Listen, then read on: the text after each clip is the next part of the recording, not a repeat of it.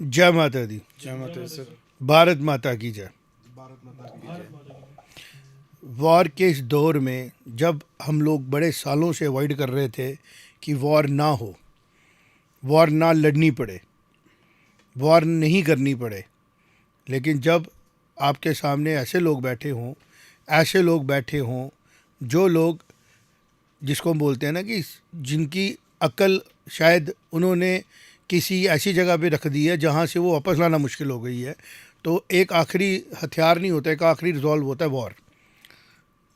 सब लोग भारत पाकिस्तान के बढ़े हुए तनाव की तरफ ध्यान दे रहे हैं, लेकिन ये कोई तनाव नहीं है, ये एक फाइनल डिसिसिव एक्शन होने वाला है जिसके बाद में आने वाली जनरेशनें आराम से रहेंगी। भारत की सारी प्रॉब्लम्स का सलूशन, भारत की एटलीस्ट बॉर्डर्स की प्रॉब्लम का सलूशन, ड्रग्स का सलूशन, माफिया को सपोर्ट करने का सलूशन इन चीज़ों से निकलेगा जिस तरह भारत बढ़ रहा है।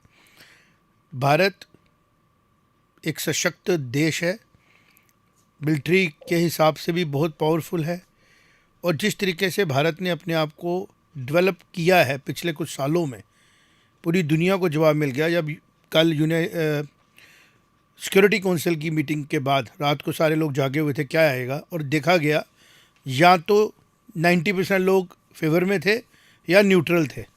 पाकिस्तान टोटली आइसोलेटेड था। तो मेरे साथ इस पे चर्चा करने के लिए हमारे साथी रवि शांडू, जम्वाल साहब, आशीष बैठे हैं। मेनली हम बात करेंगे आज भारतीयों को क्या करना है। मैं कंडेमन करूँगा, ऑफिशियली कंडेमन करूँगा द वायर को, थापर को और सत्यपाल मलिक को, जिसका इंटरव्यू आज चलाया गया ऐसे नाजुक दौर में जब भारत अपने दुश्मनों को जड़ से उखाड़ने के लिए आगे बढ़ रहा है। सत्यपाल मलिक जैसे, जिसको हम बोलते हैं रिटायरमेंट करनी पड़ती है ना राजा भैया, बिल्कुल। क्यों करते हैं लोगों को रिटायर? इसलिए करते हैं कि उनकी सोचने समझने की शक्ति कम हो जाती है। सत्यपाल मलिक ने वो प्रूव कर दिया कि मेरी सोचने समझने की शक्ति खत्म हो चुकी है। कभी पुलवामा में वो उल्टी सीधी बातें कर रहे थे, तब भी हम लोगों ने उनको देखा था कि उनका जो बातचीत करने का तरीका था वो ऐसा था जैसे कोई हारा हुआ इंसान होता ना, जिसके अंदर बदला लेने की भावना होती है, और किनके अपने स्वार्थ के लिए आप देश के हितों को कम्प्रोमाइज़ कर रहे हो। बिल्कुल। और जिस तरीके से वो थापर है, एक बार पहले भी हमने देखा कि एजेंडा चलाते हैं वो लोग। उनको लगता था कि पुराना ज़माना चल रहा है, न्यूज़ चैनल पे कुछ बोल देंगे और उसका काउंटर नहीं आएगा। तो मैंने दिन में ही बात का मन बना लिया था कि अर्थ न्यूज़ का प्लेटफॉर्म जो है ना, वो सच को सामने लाने के लिए यूज़ नहीं किया जाएगा, उसके लिए ही बना है। हम अब बात करते हैं पहले थापर के प्रीवियस इंटरव्यूज़ की, जिसको लेके बड़ी चर्चा होती है। वो मोदी जी से बात कर रहा है और मोदी जी का वो जवाब सुप्रीम कोर्ट ऑफ इंडिया से आता है जब उनको क्लीन चिट दी जाती है, और इन लोगों ने उसको भुनाया 20 साल, है ना, यही सच्चाई। आज भारत अपने हक की लड़ाई नहीं लड़ रहा है, अपने हक की, अपने देशवासियों को बचाने के लिए पाकिस्तान के एट्रोसिटीज़ को जवाब दे रहा है। और सत्यपाल मलिक जैसे लीडर, जो शो कॉल्ड अपने को पॉलिटिशियन बोलते हैं, लीडर बोलते हैं भारत के, इतनी इतनी कॉन्स्टिट्यूशन पोस्टों में बैठे, उनको यह समझ में नहीं आ रही कि सिटिंग प्राइम मिनिस्टर और सिटिंग होम मिनिस्टर के बारे में क्या बोलें और क्या ना बोलें। जब दुश्मन देश का सामने खड़ा है, हर एक भारतीय को अपना योगदान देने की बात करनी है। बिल्कुल। हमने ये थोड़ी सोचना है इस टाइम पे कि क्या है क्या गलत है। सिक्योरिटी लैप्स नहीं हुआ, सिक्योरिटी ब्रीच हुई है। Ravish, we should speak normally but we should speak clearly. लोग कह रहे हैं ना सिक्योरिटी लैप्स और सिक्योरिटी ब्रीच में फ़र्क होता है। बिल्कुल। उन्होंने लैप्स का फ़ायदा नहीं उठाया है, उन्होंने ब्रीच किया है। वो लोकल्स के भेष में घूम रहे थे, वो लोकल्स के पीछे छुप रहे थे, हीरानगर में वो लोग छुप रहे थे, चलते चलते पहाड़ों में जा रहे थे। और वो कौन लोग थे जिनको पाकिस्तान आर्मी ने रिक्रूट करके भेजा है, ट्रेन नहीं किया कैंपों में। वो ऐसे लोग नहीं हैं जो कि ट्रेंड होके आए हैं जी, 2-4-10 दिन की ट्रेनिंग लेके आए हैं जी हमने यहाँ पे। They are properly groomed soldiers. बिल्कुल। बिल्कुल। तो उनको डील करना हम लोग जो है ना नॉर्मल तरीके से थोड़ी कर सकते हैं। फिर भी मैं अप्रिशिएट करूंगा भारत की जो हमारी फोर्सेस हैं, जिन लोगों ने डैमेजेस को जितना मिनिमाइज हो सकता था करने के लिए एक क्लैरिटी दी। लेकिन जब दुश्मन क्लियर हो चुका है कि पाकिस्तान की सेना भारत के लिए एक ऐसा नासूर बन चुकी है, अपने पाकिस्तान के लिए नासूर बन चुकी है, तो पाकिस्तान खुद उसको ठीक नहीं कर पा रहा, तो किसी ना किसी को तो कॉल लेनी पड़ेगी ना उसकी। बिल्कुल। वो कॉल भारत ले रहा है। और आज हम भारत में बीच में बैठे हैं, और जैसे हमने कहा कि स्ट्रेटेजिकली भारत इज, मतलब हिस्टोरिकली इतना एम्पावर्ड शायद ही कभी रहा हो जितना आज भारत अपने अंदर माइट फील कर रहा है, डिप्लोमेटिक माइट। और जो अब हालात भारत के अंदर बने हैं ये बहुत पॉजिटिव हालात हैं। जंग से वो लोग डरें जिनके खून में जंग को लेके डर लगा है। भारत की जनता और भारत के लोगों ने जंगों से निकल के ही ज़िंदगी की शुरुआत की है। हमारे यहाँ तो शस्त्र पूजा तब से होती है जब से लोगों ने सुने भी नहीं होंगे शस्त्र क्या होते हैं राजा भैया दशहरे वाले दिन। बिल्कुल बिल्कुल ये तो हमारी सेना की बात नहीं, आम लोगों की बात कर रहा हूँ। बिल्कुल। रामायण में जब हमारे दिवाली के त्यौहार आते हैं या भारत में त्यौहार होते हैं, हमारे सिखों के त्यौहार होते हैं, किन की गटका में किसकी पूजा हो रही होती है? शस्त्र पूजा। आज जाएं गुरु ग्रंथ वहाँ पे हरमिंदर साहब में जाके देंगे गोल्डन टेम्पल में किन की पूजा हो रही है? शस्त्रों की पूजा हो रही है। बिल्कुल। तो ये लोग कौन सी दुनिया में बैठे हैं? ये लोग सोच रहे हैं कि वॉर की बात आएगी। भाई हमने आपका कमर पहले तोड़ दी है। जो गलत फैसले भारत की सरकारों ने इंडस वाटर ट्रीटी जैसी ट्रीटी को बना के किए थे ख़त्म हो चुके हैं। भारत आज टोटली उधर ही खड़ा है जहाँ पे 1947 में था, with no diplomatic types with Pakistan. और अब जो भारत की आने वाली जनरेशन को एक गिफ्ट मिला है कि अब हमारा पानी हमारा होगा, ये नहरें हमारी कंडी को तारेंगी, इन पे पहला हक कश्मीरियों का होगा, इनमें पहला हक ले के लोगों का होगा, इनका पहला हक हमारे JNK के अपने लोगों का, भारत के लोगों का होगा, ना कि उन लोगों का होगा जो यहाँ से पानी लेते थे और वहाँ से खून बहाने के लिए गंज बेचते थे। तो इसके बारे में चर्चा करेंगे रवीश। पहले आपके पास आते हैं जो इंडिया का आज का ये हमारा स्टेटस है, जो हमने सत्यपाल मलिक के बारे में और थापर जैसे जर्नलिस्टों के बारे में किया, क्यों ना लोग इनको बाइकआउट करें। जी बिल्कुल। देखिए क्या इस टाइम पे हालात ऐसे मौके पे पहुंचे हैं कि कल का दिन जो है, कल के दिन पूरी एयर स्पेस बंद रहेगी जो हमारा वेस्टर्न बॉर्डर है पाकिस्तान के साथ, प्लस पूरे देश में एक एक्टिविटी होगी। और मुझे लगता है कि ये दुनिया की सबसे बड़ी वॉर एक्सरसाइज होगी जो कल होने जा रही है। तो ये एक जंग की पूरी तैयारी है कल।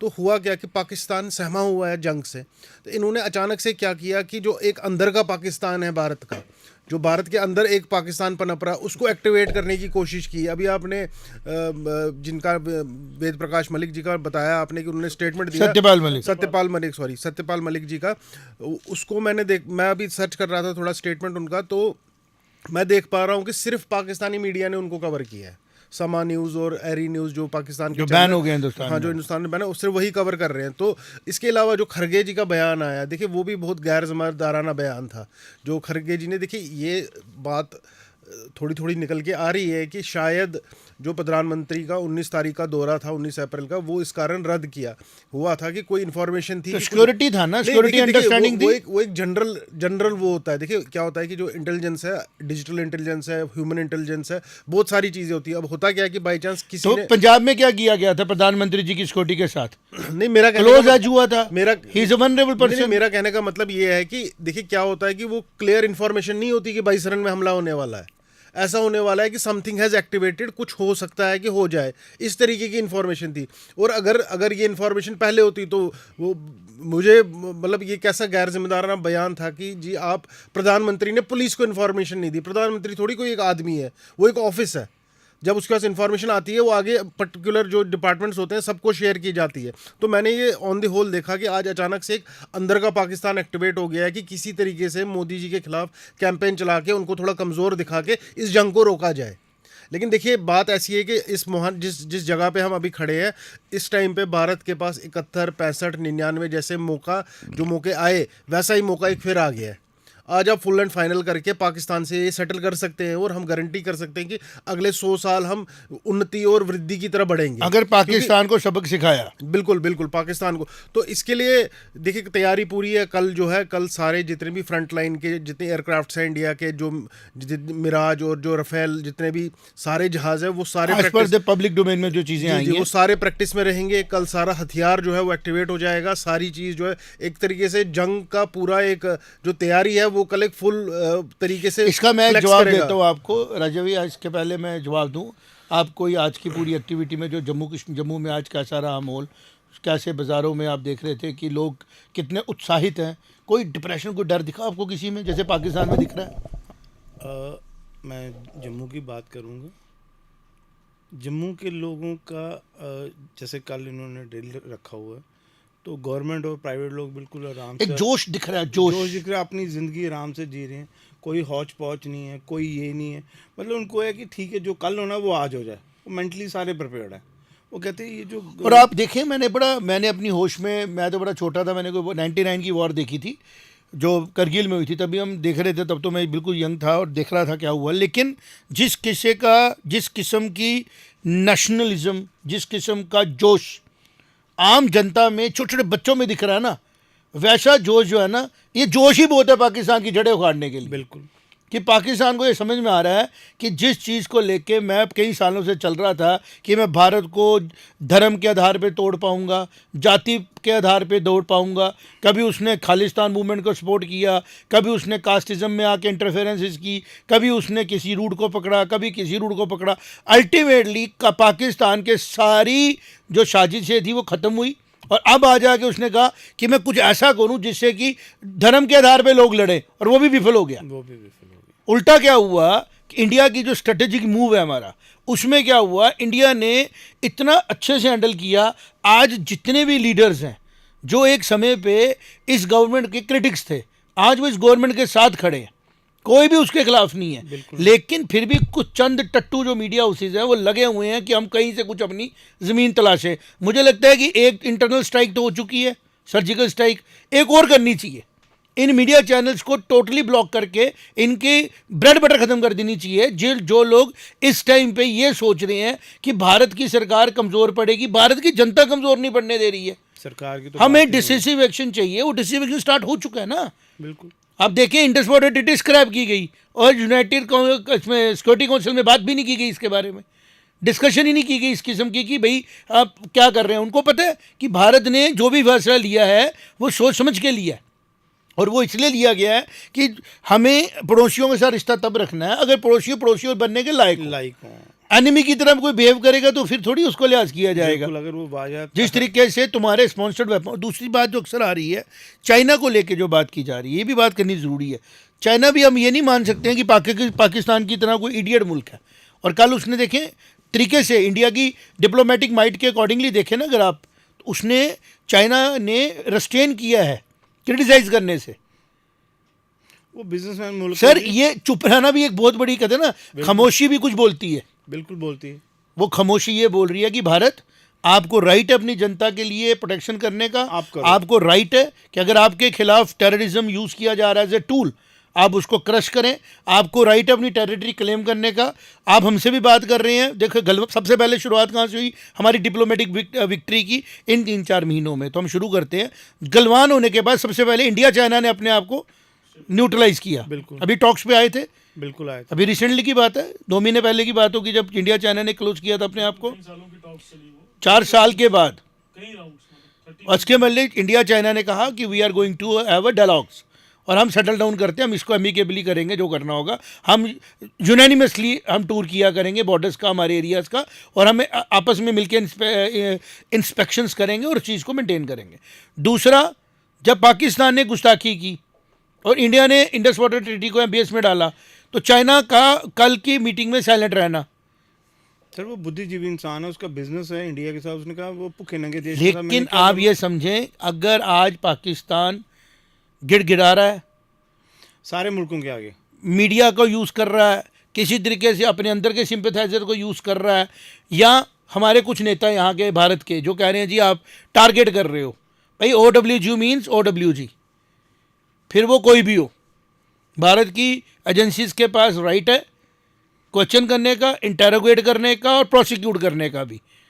मेरे को लगता है कि इसमें कोई गलत नहीं हो रहा। लेकिन कुछ नेता कह रहे हैं कि हम, मैंने पहले भी बोला था, अगर धर्म को इस्तेमाल किया गया टू डिस्टर्ब द नेशन, तो उस धर्म के जो ठेकेदार थे ना, उन्होंने आइसोलेट करना था कि जो गलत रास्ते हमारे लोग जा रहे हैं, जो हमसे आइडेंटिफाई करते हैं, ये हमारे साथ नहीं है।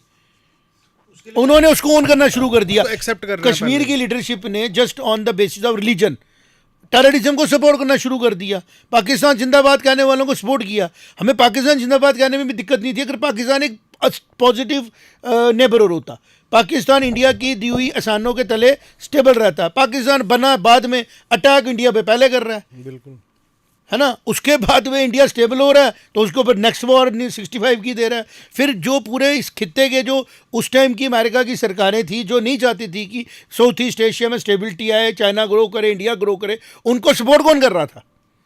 Who supported the western interest in the south east Asia? Tell me, किसने किया सपोर्ट?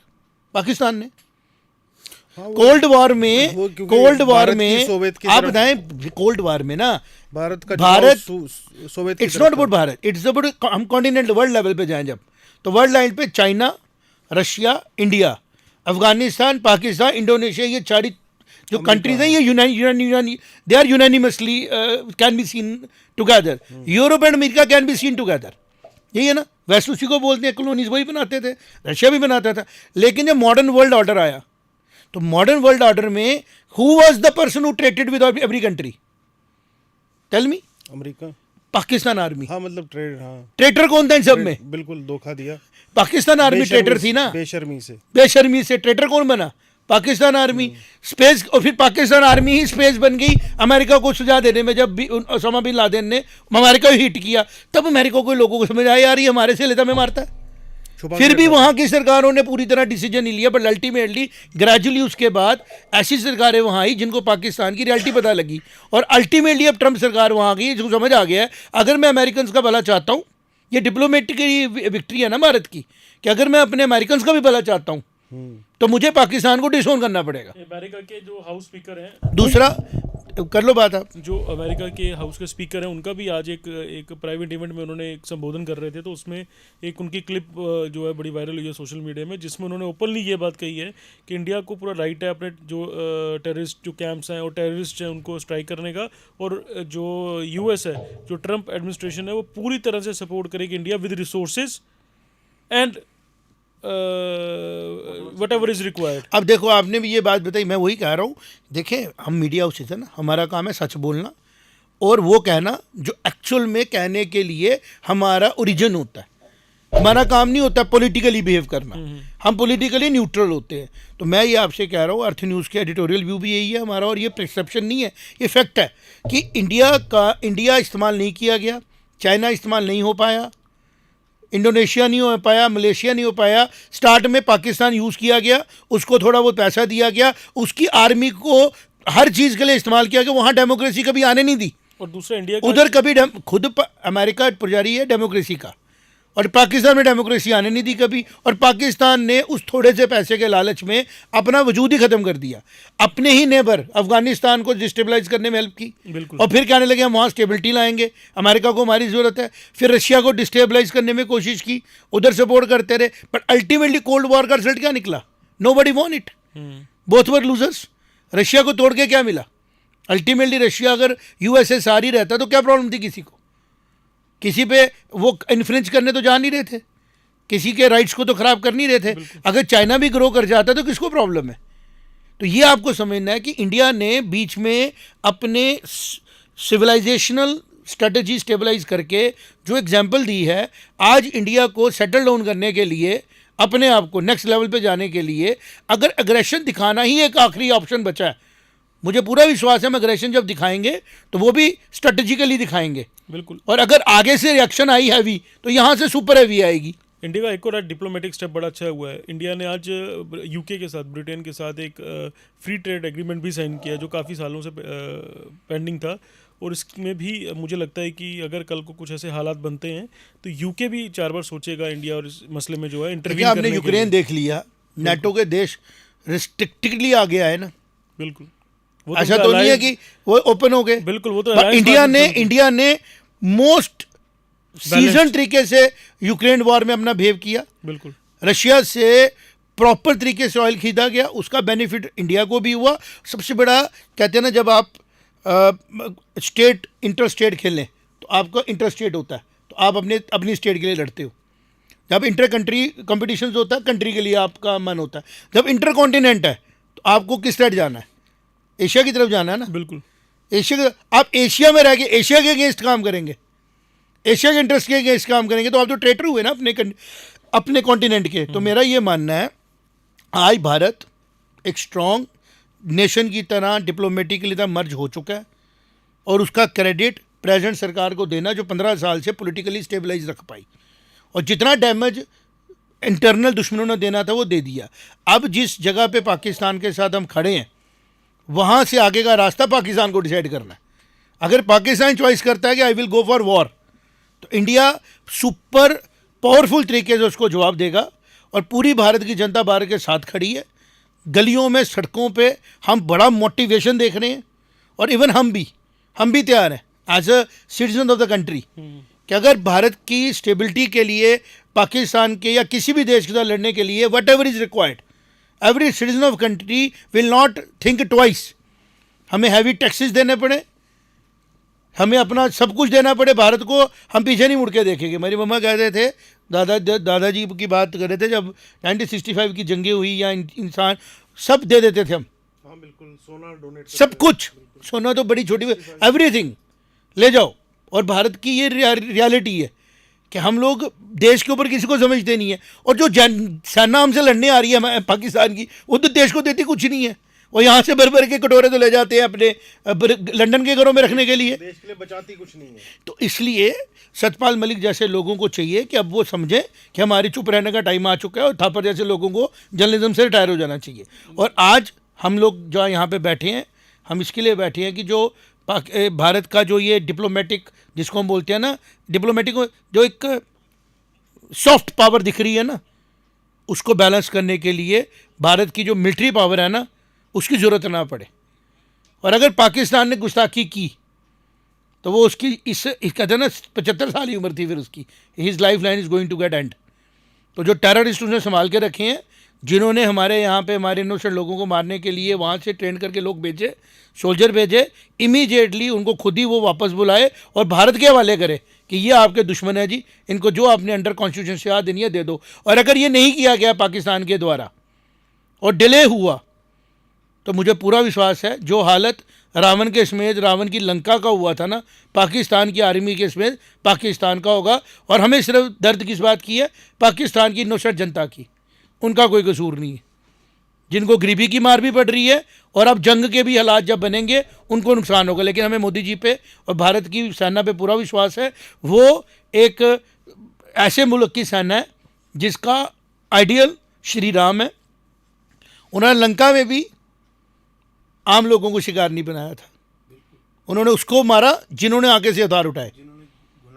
और सुदर्शन चक्र का भी ये रिवाज है, जब सुदर्शन चक्र चलता है ना, जो हथियार उठाए उसके खिलाफ उसको मारता है।